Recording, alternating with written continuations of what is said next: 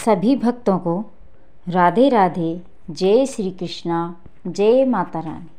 भक्तों, नवरात्रि की पूजा के बाद जल्दबाजी में नहीं बल्कि इस विधि से उठाएं कलश और नारियल और बोए हुए जल, जिससे हमें 9 दिन का संपूर्ण फल प्राप्त होगा।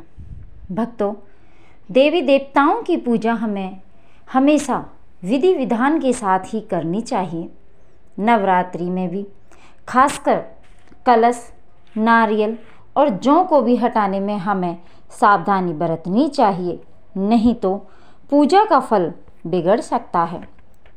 भक्तों, माना जाता है कि अगर देवी देवताओं की पूजा विधि विधान से की जाए तो वे प्रसन्न होते हैं और भक्तों की मनोकामनाएं पूर्ण करते हैं।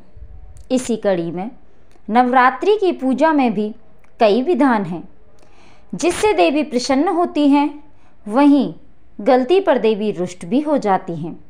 नवरात्रि पूजा की शुरुआत कलश पर नारियल रखने के साथ होती है और समाप्ति कलश को नदी में प्रवाहित करने से। भक्तों, लेकिन पूजा समाप्त होने के बाद कलश और नारियल हटाने के अक्सर लोग गलतियां कर देते हैं। शास्त्रों में नवरात्रि की पूजा के बाद कलश और नारियल और जौ को हटाने की विधि भी बताई गई है।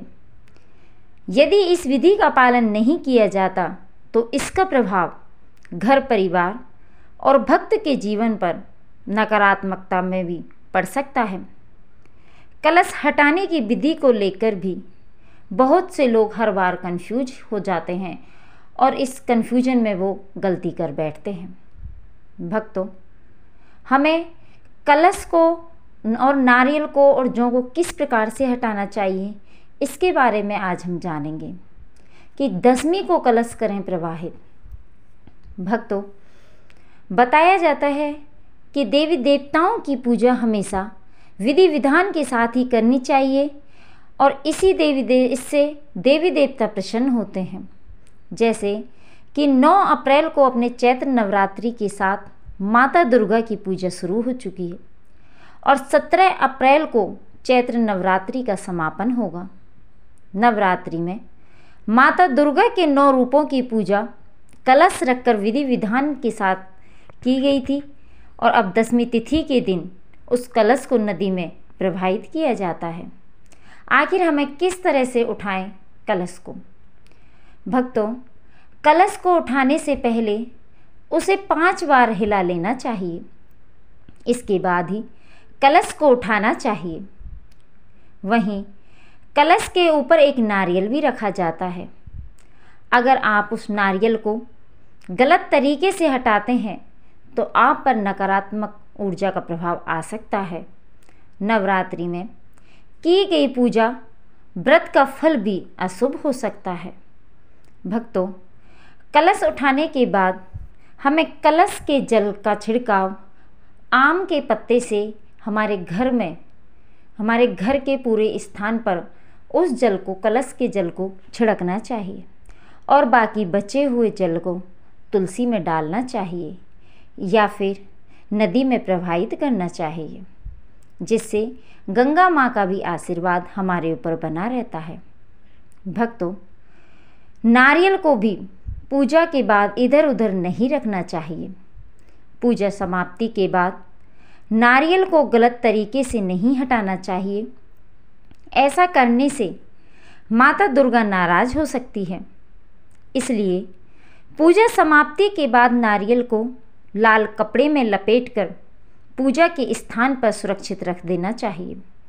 अगर आप सुरक्षित नहीं रख सकते तो दशमी के दिन नदी में प्रवाहित कर देना चाहिए और अगर नदी में प्रवाहित भी नहीं कर सकते तो नारियल को दशमी के बाद प्रसाद के रूप में आपको स्वयं भी ग्रहण कर लेना चाहिए और कन्याओं में भी बांट देना चाहिए। ऐसा करने से सुफल की प्राप्ति होगी और नारियल को इधर उधर घर में भूल कर भी नहीं रखना चाहिए। भक्तों, इस प्रकार से हम नारियल को लाल कपड़े में लपेटकर मंदिर में भी रख सकते हैं या फिर दशमी पर प्रसाद के रूप में ग्रहण कर सकते हैं, या फिर गंगा नदी में या किसी भी प्रवाहित नदी में बहा भी सकते हैं। भक्तों, कलश स्थापना में रखे नारियल का क्या करें, इसके बारे में अभी हम आपको बता चुके हैं। इसके बाद में हमें जो चावल है और जो हमारी सामग्री है, इसके बारे में भी जानते हैं कि चावल भी प्रवाहित करें कि हिंदू धर्म में पूजा पाठ के बाद पूजा की सामग्री को जल में प्रवाहित करना सबसे उत्तम माना जाता है, चाहे वे नारियल हो या फिर कलश के नीचे रखे हुए चावल हो। नवरात्रि के बाद सभी को जल में प्रवाहित जरूर करना चाहिए। दरअसल ऐसा करने से कोई भी दोष हमें नहीं लगता और पूजा का संपूर्ण फल हमें प्राप्त होता है। अब कि नवरात्रि के बाद उगे हुए ज्वारे का भी हम क्या करें। जब नवरात्रि का पूजन समाप्त हो जाए तब ज्वारों को प्याले से बाहर निकालें और इसमें से कुछ ज्वारों को लेकर घर के पूजा स्थल पर रख दें। कुछ ज्वारों को पैसों के स्थान पर रखें, जैसे कि घर की तिजोरी में। बचे हुए ज्वारों में से 1 या 2 घर के सभी लोग अपने पर्स में भी रख सकते हैं। भक्तों, ज्वारे की पूजा के लिए भी चावल, फूल, कुमकुम आदि चीज़ों को भी अर्पित करें। फिर इसके बाद सम्मान पूर्वक किसी नदी या तालाब में ज्वारे का विसर्जन कर दें। विसर्जन के समय हमें माँ देवी से अपनी सुख समृद्धि के लिए प्रार्थना करनी चाहिए।